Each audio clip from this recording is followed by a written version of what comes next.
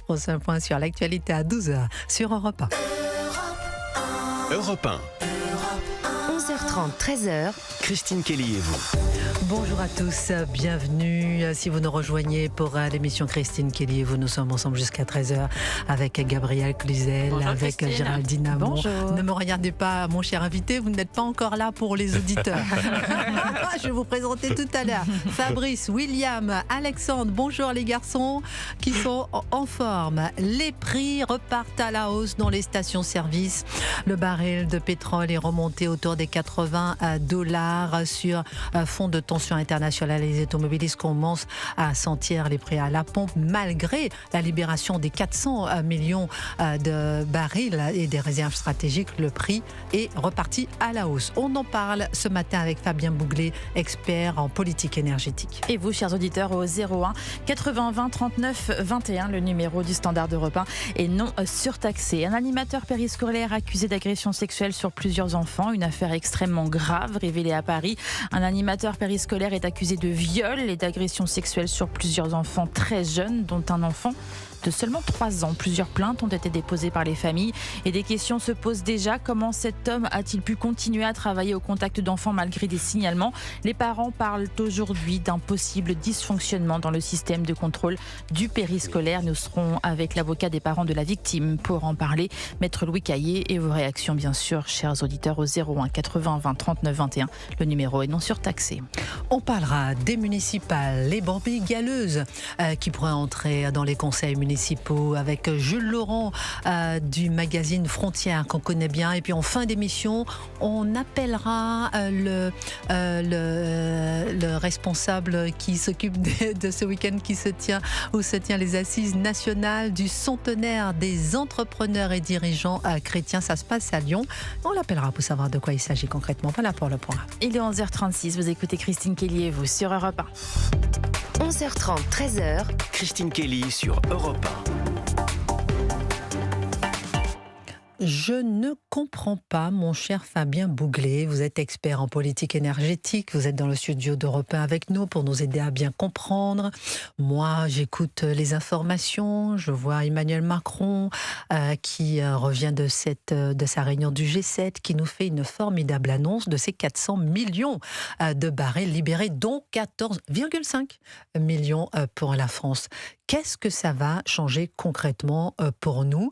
Parce que moi, je suis un téléspectateur assidu de CNews, d'Europe 1. Je me dis que la veille, pas Georges Bush, la fille qui fait un bond en arrière, Donald Trump a annoncé que la guerre est bientôt finie. Hop, le baril passe en dessous des $100.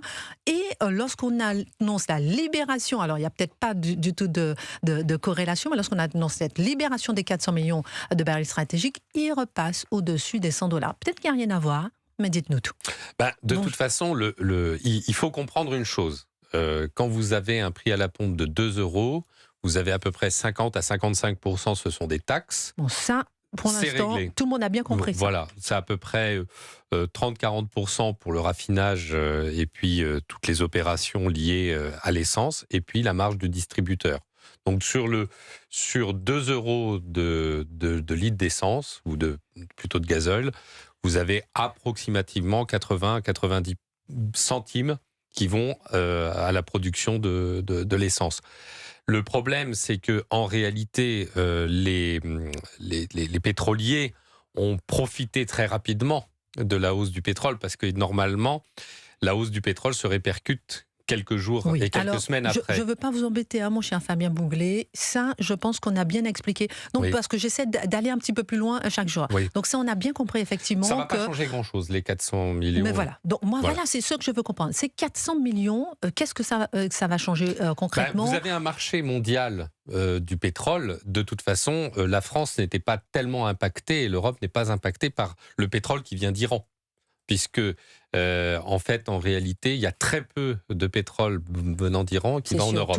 C'est surtout la Chine la Corée, et les États-Unis. Mais la question, c'est que de toute façon, on a un marché mondial. Donc le cours du pétrole, même si on libère en France du pétrole, ça ne change pas le cours mondial du pétrole. Donc ça n'a pas beaucoup d'impact, le fait de libérer 400 millions voilà, donc ça va pas changer fondamentalement la donne. Et pourquoi donc ça a été décidé ?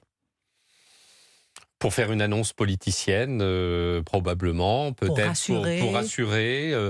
Je pense peut-être aussi pour essayer de voir avec les distributeurs s'ils peuvent baisser leurs marges en leur donnant... Oui, parce qu'ils sont convoqués ce matin. Voilà, donc peut-être qu'ils vont essayer de leur dire, voilà, on vous ouvre du pétrole des réserves stratégiques et vous allez payer moins cher, donc vous faites moins de marge. De toute façon, le prix est libre dans les stations-service. Le prix est libre, hormis les impôts. Il y a une liberté totale des distributeurs d'essence. Donc, s'ils veulent le vendre 2 €, ils peuvent le vendre 2 €. C'est pour ça que l'annonce de faire la DGCCRF d'aller faire des contrôles.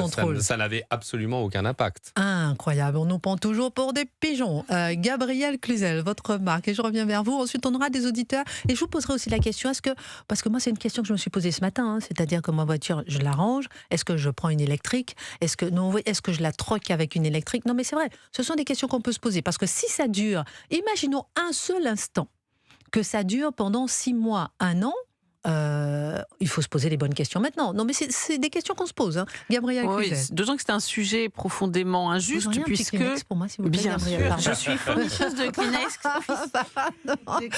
J'en suis très honorée. Non, pardon, je suis mal organisée, moi. Je suis une petite fille. Et c'est très injuste parce que, évidemment, en fonction de l'endroit où on habite, du métier que l'on fait, le poids dans le budget total n'est pas le même. Alors, j'ai eu un échange ce matin avec, pour ne pas le nommer, Philippe Charlès, qui est un expert de l'énergie et qui me disait il y aurait quand même un moyen simple de faire baisser le coût, c'est de supprimer les certificats d'économie d'énergie, les CEE, parce que, alors je me suis renseignée, il m'a envoyé un SMS, j'ai pas osé lui dire mais qu'est-ce, parce que j'ai eu peur de passer pour une idiote, pour une béotienne, donc j'ai cherché. Un bon journaliste qui ne sait rien. Voilà. Mais les gens ne savent pas forcément, mais voilà, en l'occurrence je ne savais rien.